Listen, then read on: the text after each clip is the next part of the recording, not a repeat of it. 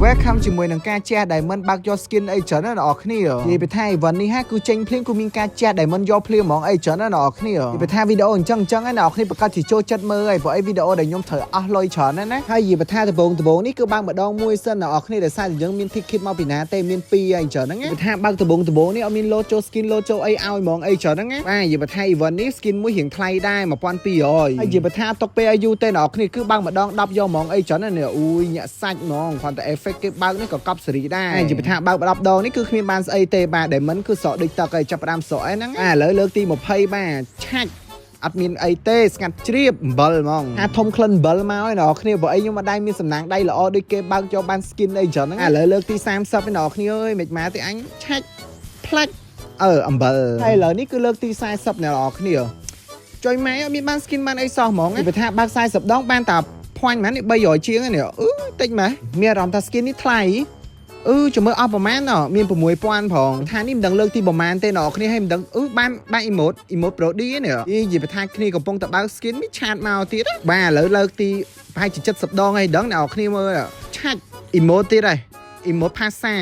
អត់សូវលយផងចាញ់ Pro D មិញទៀតនិយាយពីថានេះលើកទី8ទៅដឹងអ្នកគ្នាហើយនិយាយពីថា diamond នេះសល់តែ3000ទេជួយបើកបាន skin ហ្នឹងមើលបានសល់តែ emote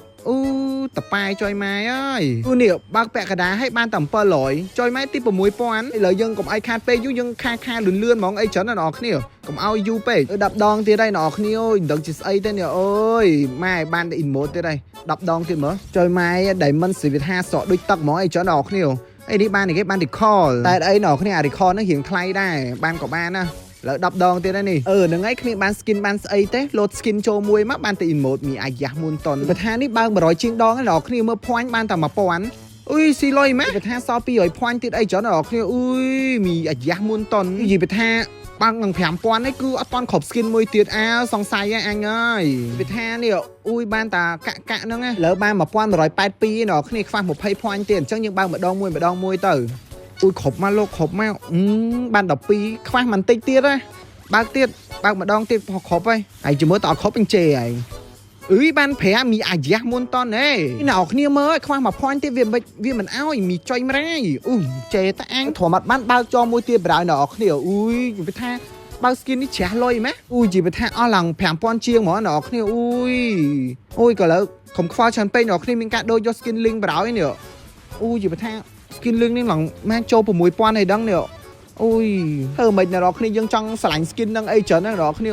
skin ស្អាតតែ diamond វាច្រើនដែរ